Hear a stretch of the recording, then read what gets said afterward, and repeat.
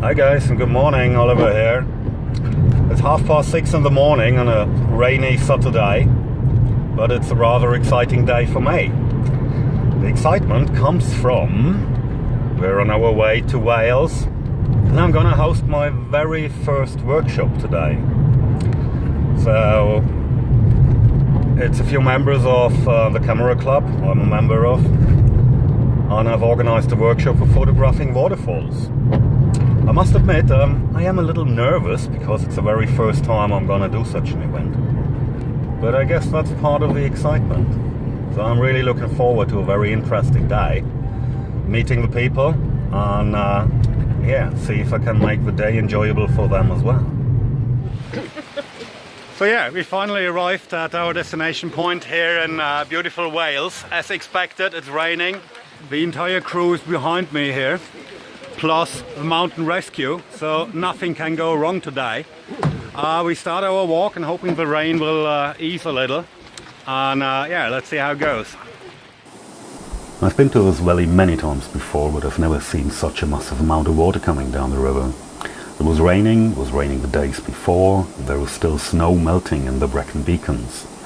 Even the Lady Falls, which is normally a very peaceful and elegant waterfall, here's a photo I took a couple of years ago in autumn, looked more like a raging beast. Just listen to that noise.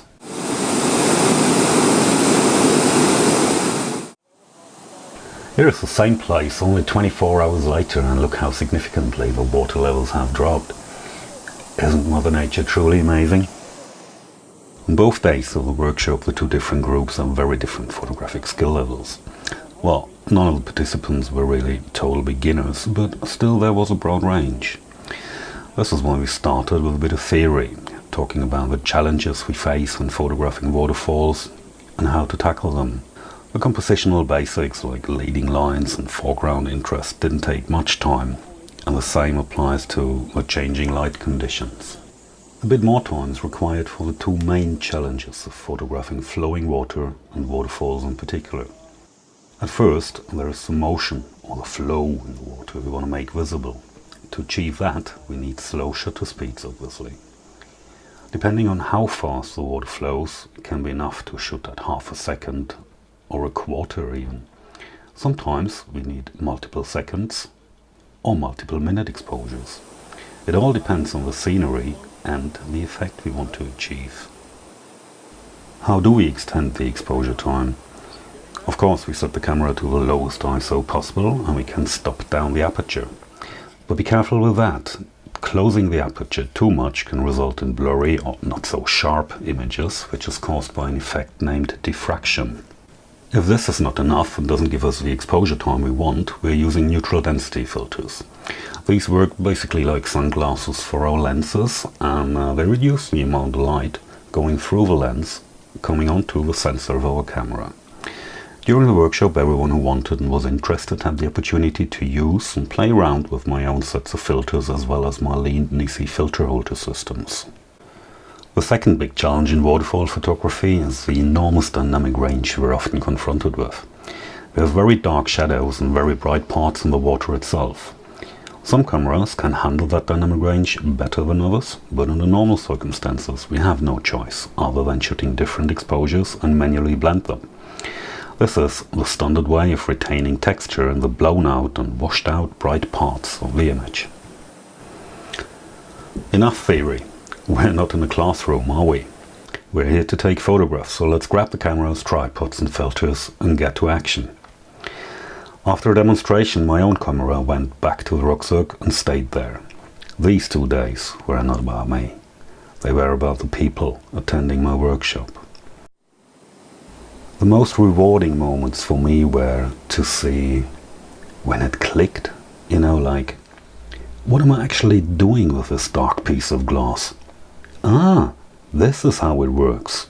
And, oh wow, this is the result I get.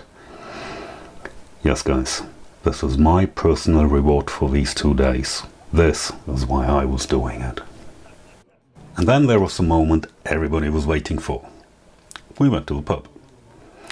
There, with a cold pint, I gave a little demonstration of my workflow in post-processing. As you can imagine, everyone who's confronted with layers, layer masks, luminosity masks and exposure blending the very first time is getting it in a matter of minutes, right?